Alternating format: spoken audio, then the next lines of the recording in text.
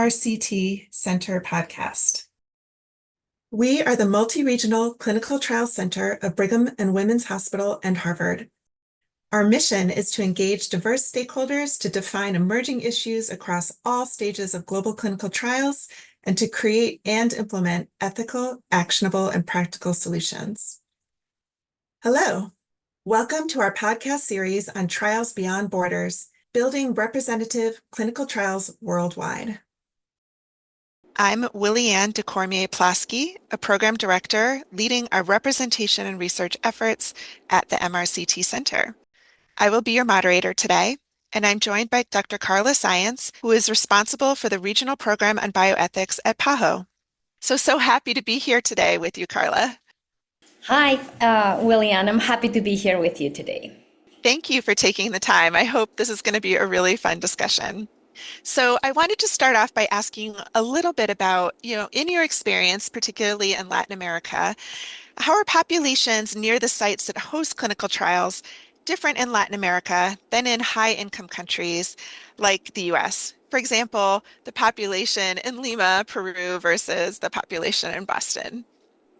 Thank you for that question. If I think about the studies conducted in Boston and similar cities in the US, you most likely will have a study populations, as participants in the studies, the affluent, educated, primarily white population that has the opportunity to have access to these trials, and therefore their efforts to engage other populations that are worse off, that may be brown populations, minorities, and so forth. It's a little bit different in Latin America. If you think about the locations, the sites for our large trials, they're mostly public hospitals in large cities that serve those that are already in the public health, using the public system, so are already worse off. So it's very interesting that the challenges that you encounter, including people in Boston, are different from the challenges you encounter, including people in, say, a public hospital in Lima, where the people that go to that hospital are already those are not white nor affluent.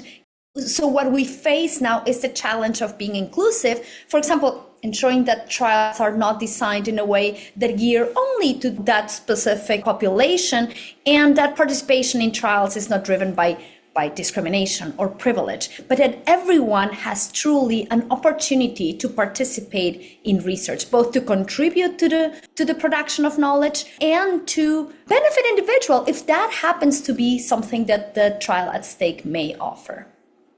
Thanks, Carla. And just to follow up on that a little bit, the populations that are at these largely public hospitals, so they're on basically public insurance that's funded by the government, as opposed to kind of private insurance that might be for the more wealthy that go to private hospitals. Is that correct in interpretation?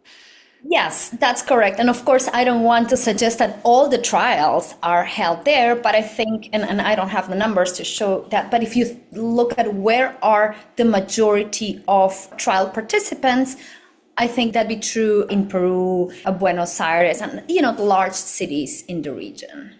So it's also an issue as well in terms of distance too, because really only the people that are living in that immediate area are really able to access these trials, or is it more kind of spread out? I'm just trying to understand a little bit better what the population is like. It's not necessarily a geographic issue. It's more a matter of the hospital where the trial is being conducted. If it's a public, in the US, you can go to a public hospital, you can go to a private hospital, and sometimes you don't even know whether the hospital you're going to is public or private. But in Latin America, the majority of those large public hospitals are those hospitals that are part of our public insurance system. So they may be right next to a private hospital, but if you go to the hospital, it's because hospital X, it may be because you are covered by public insurance system, and that's the hospital where all people covered in the public system get their care.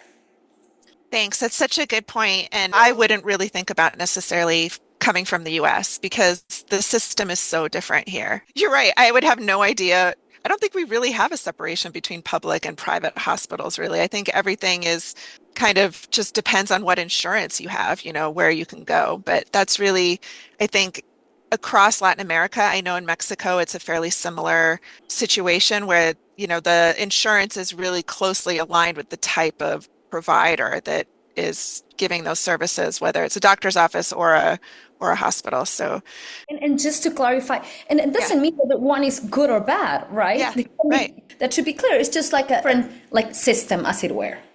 Yeah, exactly. So, which is really good to know when you're kind of planning for a trial.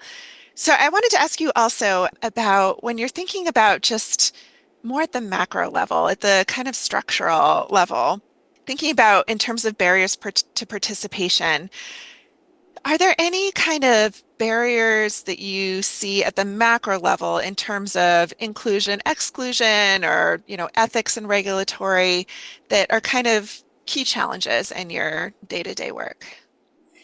Yes, I see some barriers, and while they're prominent in Latin America and the Caribbean, they're not exclusive to the region or to LMICs. I see that historically in an attempt to protect certain population for a number of reasons, including that they may be vulnerable, we have gone too quickly. We have assumed that protection means exclusion. Well, if you think about that, this is in the Nuremberg Code, right? Only according to Nuremberg Code, only people that can provide consent can participate in research. That means that you're excluding all children, just to keep it easy, right? And but ethics, like any other discipline, evolves, and a great deal has been learned over time, and that includes an understanding that we are not protecting specific populations by categorically excluding them from research. We're actually harming them. We're advancing science in a way that science does not produce evidence-based interventions for those groups of people. It doesn't do any good for children or pregnant women not to have conducted studies on interventions that are safe and effective for them. So many of us have been saying that for a long time, that we need to move towards a responsible inclusion of all populations in research.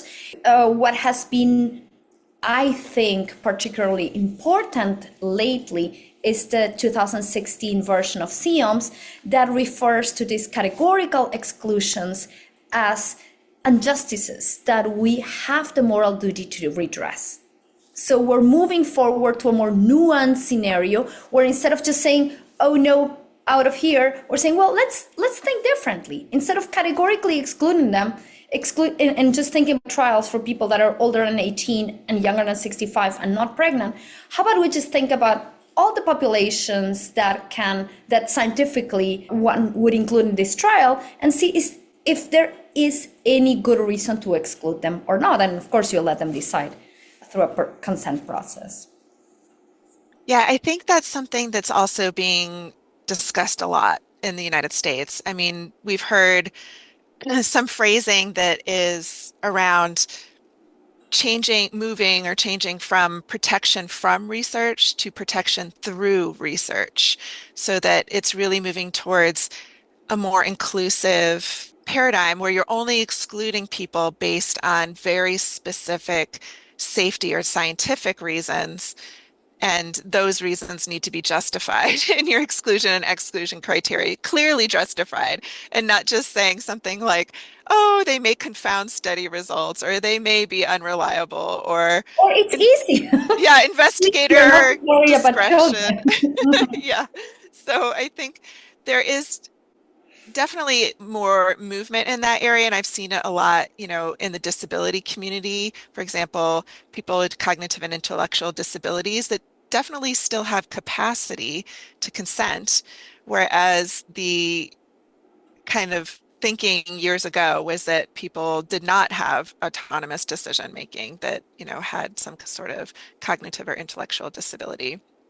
I was curious, though, how that process works in practice. If there's, for example, a specific country that says, we don't include any children, or we don't include any of this group of people, Is there kind of a discussion around the CIOMS guidelines, or how does that sort of work in practice? We at PAHO always talk about research ethics as a system. To advance ethical research, you need a number of places. You have a number of factors. You have the governance at the national level, you have the research ethics committees, you have the researchers, and you need to work with all the pieces to actually trigger some real change. So in the majority of countries, almost all countries, there is some normative document, some nationally binding guidance or policy or law or regulation that governs research in the country, like the common rule in the US.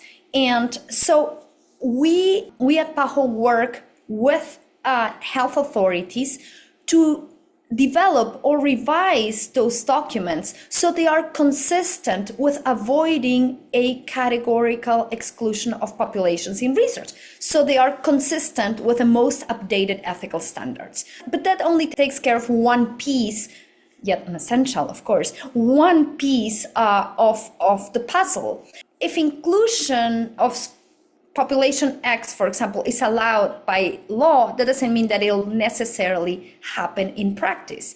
So we also work building capacity not only among the national authorities that oversee research ethics committees and the national regulatory authorities, but also with all the research ethics committees. So with many countries in the region, we have monthly training sessions where we go one by one over each of the CIOMS guidelines and discuss what challenges does it entail in practice and try to give as many examples as we can. And then we also have, and well, in Latin America and in other countries, many people that participate in research ethics committees are researchers themselves, but we also have larger sessions and say, for example, we started calling them regional dialogues during COVID, where we bring all the different actors together and cover specific topics. I think that we're talking about this, as you correctly said, about a change in paradigm, and that can only be accomplished if we're persistent and if we pass a consistent message through many different channels. And one group that we should never forget is people. I mean, research gets conducted not just because there are health authorities pushing for research or research funders or researchers or research institutions, but also because there are people that generously contribute to studies as participants. And we realized, I guess it was during COVID, that we had not developed any tool to help people understand how research works. So we started also developing products, we call them communication products, for potential research participants, people that may want to know, why on earth is my child being invited to be in a study? What's the importance? Why should I care? Why should I contribute as to research in general, to research as a member of a population that has been historically excluded from research? But there's still a long way to go. Thank you for that explanation. I think your conceptualization of ethics as a system is so important because there's so many different kind of levels and actors, and that you're having these regional dialogues among all of the different kind of people working in research ethics is so important. I think that other regions that are starting to scale up this kind of work as well, there's kind of a lot of potential cross-learning there. I wanted to ask you, just speaking to your point about people being really at the base of all of this, right? The participants. And I just came back from a conference called Patients as Partners, really working to incorporate the patient voice. As sponsors and CROs and others are thinking about expanding trials outside of the US, what is sort of your advice in terms of how to really incorporate local opinions, local needs, what they really want to get out of research? What are their priorities? What is your advice on how to really engage with local communities before the actual protocols are developed and all of that plan is really far downstream in terms of getting developed? There's no one size fits all, but it's also true that we have tools now, for example, social media tools, that we're not sufficiently using. And I would say that for the most part in Latin America, we are not using very traditional channels that we have and we use currently in the US. I used to have a collection of pictures that I would take at the metro of the painting of buses and talking about research, announcing, hey, this study is being conducted. Are you willing to participate? Are you interested in contributing to finding a cure for whatever disease X? So research is part of the public conversation in the US in the way it is not in Latin America. I don't think there's a single day I can check the New York Times or the Washington Post and not find an article about health research. It just doesn't happen. Every day there's an article at least. It is not like that in Latin America. The prevailing view has been there's something bad about research, as if research be something about which we should not be talking about. Some necessary evil, something that needs to happen, but let's just not make much noise about it. One of the silver linings of COVID is that COVID changed that. COVID made it clear that research has such a direct impact on our health and well-being that we have to promote research. And for the first time, I was very happy to see articles about research being, what is it to be a trial participant, for example, in the media, and having discussions about that. So I think that beyond the specifics, the specific efforts for individual studies or clusters of studies, we need to scale up efforts to talk about research. And this is such a great moment because memories of the impact of the COVID vaccines are still so fresh, and health authorities are also so responsive to that reality now, trying to do more research and advance research, that it's such a great moment to make a difference.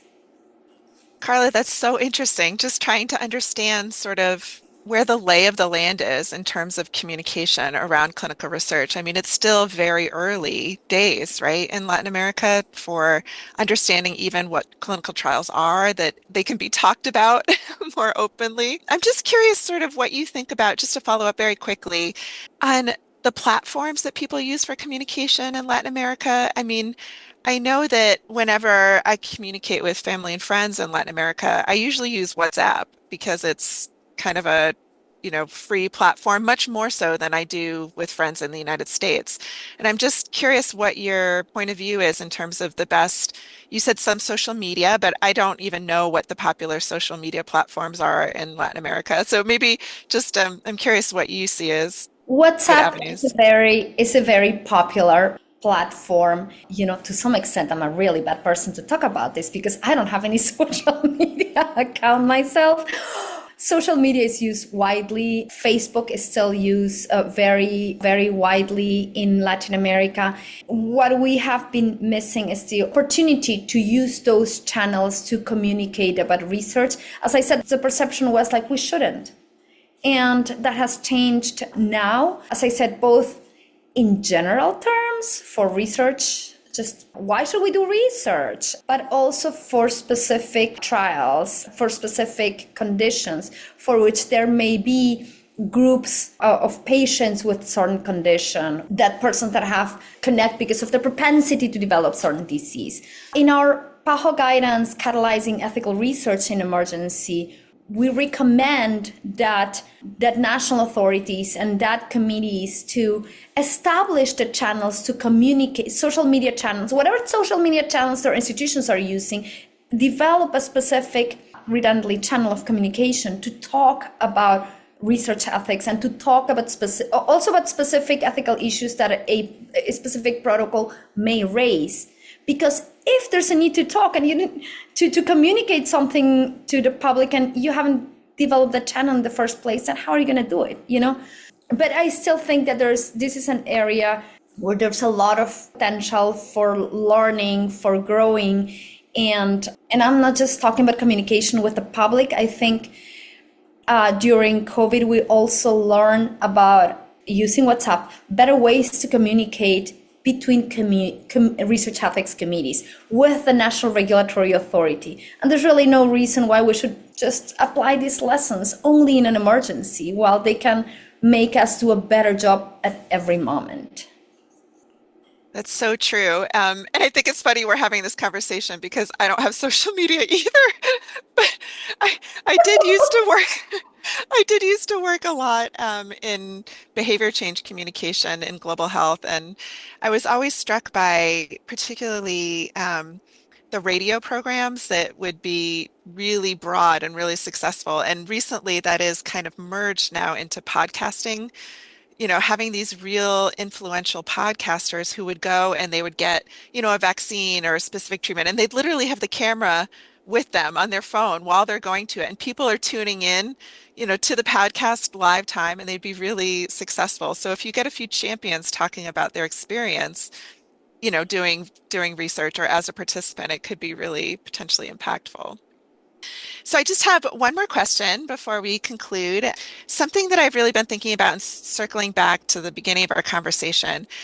If you're working in a setting that is more of a low income setting and you have participants that are on public insurance, how do you sort of balance participant safety and inclusion, particularly things around compensation or reimbursement, so that you're balancing sort of the safety and also the recognizing that, people do need to be really reimbursed for their time and their, labor and participation in the trial accurately?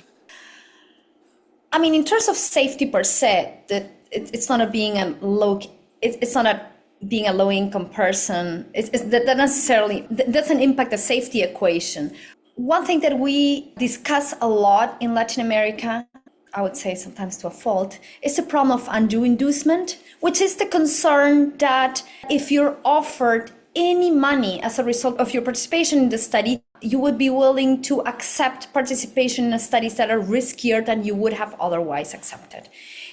And I mean, as CIOMS correctly points out, if the concern is about accepting to participating in trials of higher risk, there's no concern if we're talking about a low risk or minimum risk study, right? But that's a message that hasn't really passed, been understood, I think. There's another, when we talk about giving, just in general terms, giving money to people to participate, or giving money, it can be in token, it can be, I don't know, a gift card or whatever, to people to participate in the study. We're trying, I mean, there are two things that we may want to accomplish. One is to cover for the cost of actual participation, because why is it that why is it that you have to be paying for your extra metro card to go to, say, NIH and back? I mean, that would be excluding the possibility of participating to those that don't have the extra change, right? So it would not be fair to have people pay for their own participation in the study. So to some extent, we're trying to do that, and we should do that. But we also should do that in a way that is fair. In that we shouldn't just be given all. We're concerned in Latin America so much sometimes about giving the bare minimum. That's the math for those that are worse off. So it's like the concern about what the right amount to give to people. It's not just, we're so worried about giving too much that we forget that sometimes we may be giving too little. But sometimes we also give money to incentivize people to participate, to continue to participate in a study. I mean, think about a study in, say, you're gonna be studying the immune response of a vaccine, and you need to go a year later to get your blood drawn. It's time. You need to have that motivation to go. And while there are very generous people that will take time off from work to just go somewhere else and donate money, sometimes, we know for every other area of public health that a little incentive goes a long way. And sometimes, because it feels right, it feels like you're doing this effort. It's not, you want a lot of money, you want the recognition. It feels good that you're being recognized. And that actually provides an incentive that is absolutely indispensable for many studies. We have the same problem with the incentives. Sometimes the incentives are so, I mean, even if we have data showing that very little incentives go a long way, they shouldn't be so minuscule that only motivate those that are worse off, because we would be, again, gearing our studies to a specific area of the population, and that's not right. Yeah, I agree. And I think it's funny. I mean, in at least in my work previously, and not necessarily in research, but in programs for malaria or whatever it was, they would also have reimbursement. And sometimes the reimbursement would be something equal to taking 2 or 3 buses, to get to where you are, which takes 2, 3 hours. And we would often ask, because I worked in health economics, the people that were creating those reimbursement rates, did you take 3 buses today to get to Right. where How you about are? a rigor, Or did you perhaps? did you drive and had a driver, or had, and to a person, they none of them had taken the bus and done all of that roundabout, to get all around the city to get somewhere. So I think it needs to be thought of in terms of really what would be applicable to someone in general, and really also to not be something that would be set at a level that the person who's setting that level wouldn't do themselves. So Yes, and I always say that if you want to learn about research ethics, first lesson, go participate in a study, because you very will true. learn so much when you see things from the perspective of the research participant. And I also think that's something at some point all of us should do. At some point in our lives, we all benefit from health research, and it's only fair for us to, at some point in our lives, to contribute. Well, thank you so much, Carla. This has been really a terrific conversation. I've enjoyed it so much, and I think it will really be helpful to those others who are listening and interested in representation in clinical trials around the world. So I just wanted to say a huge thank you to you for taking the time, and we look forward to the next podcast that we record. Thank you. Thanks. Take care.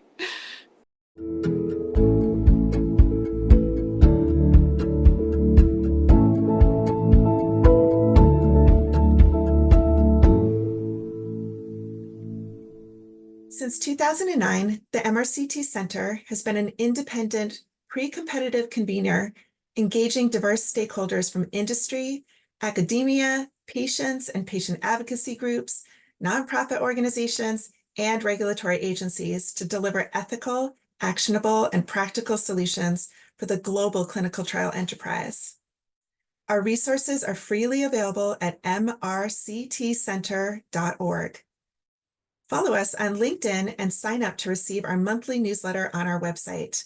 Finally, please like and subscribe to this podcast channel. We really look forward to many exciting discussions to come. Thank you for listening.